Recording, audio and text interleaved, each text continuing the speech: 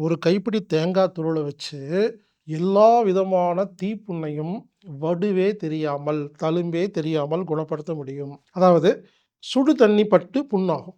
அதுக்கு. சுடு எண்ணெய், சூட எண்ணெய் உடம்புல எங்கேயாவது பட்டு அங்க ஒரு புண்ணு வரும். அதுக்கு. பால், சுட சுட பால் மேல ஊத்திரும். சில பேருக்கு சைலன்சர் சுற்றும். Two wheeler silencer. அடுப்புல தீப்புண்ணு படும். சூடான பாத்திரத்த தூக்கும் பொழுது அதில புண்ணு வரும். தொழிற்சாலைகள்ல, ஃபேக்டரிகள்ல சூடான ஒரு பொருள் வந்து மேல படும் பொழுது, அப்ப நமக்கு ஒரு புண்ணு வரும். குக்கர் சூடு, இல்ல குக்கர் வெடிச்சு சிதறி உடம்பெல்லாம் பட்டு புண்ணு வரும். ஆவி பிடிக்கும்போது தெரியாம நம்ம பாத்திரத்த தொட்டுருவோம். இல்ல தண்ணி தெறிச்சு முகத்துல, கையில எங்காவது பட்டுரும். இப்படி நெருப்பு விபத்து, ஃபயர் ஆக்சிடென்ட் இந்த மாதிரி எல்லாத்துக்கும் தீர்வு. மீண்டும் சொல்கிறேன், குணப்படுத்த முடியும். தழும்பு தெரியாமல் செய்ய முடியும்.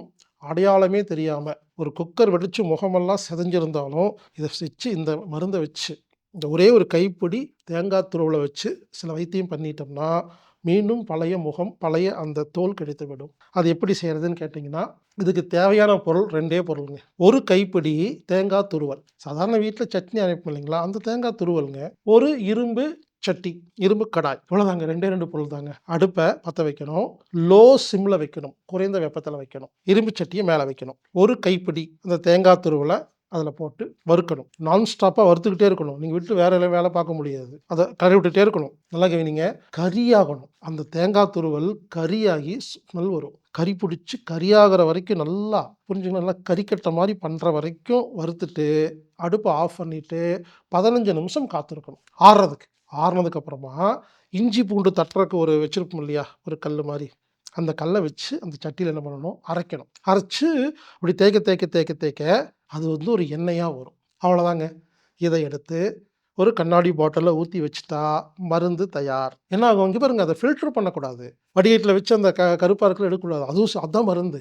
ஃபில்டர் பண்ணாம ஊத்தி வச்சுட்டீங்கன்னா, கீழ கசடு தங்கியிருக்கும், மேல எண்ணெய் இருக்கும். ஒரு சாதாரண அரிப்பு, தோல் வியாதி, ஸ்கின் டிசீஸ் இதுக்கெல்லாம் என்ன பண்ணணும்? மேல் இருக்கிற எண்ணெய எடுத்து பூசணும். இப்ப சொன்னேன் பார்த்தீங்களா? தீக்காயம் சம்மந்தப்பட்ட இவ்வளோ விஷயங்கள். இதுபோல தீக்காயம் இருந்துச்சுன்னா, நல்லா கிளறி கசடோட எடுத்து பூசணும். அப்ப எந்த இடத்துல உங்களுக்கு தீக்காயம் இருக்கோ, நல்லா கலக்கி அந்த கசடு கரிக்கட்டையோட எடுத்து அந்த இடத்த தடவி ஒரு நாளைக்கு குறைஞ்சது 3 முறை, அதிகபட்சம் 5 முறை நீங்க தடவலாம். இப்படி தடவி, அதுக்கப்புறம் கழுவி, மீண்டும் தடவி இந்த ப்ராசஸ் பண்ணீங்கன்னா, தீப்புண் ஆறும்.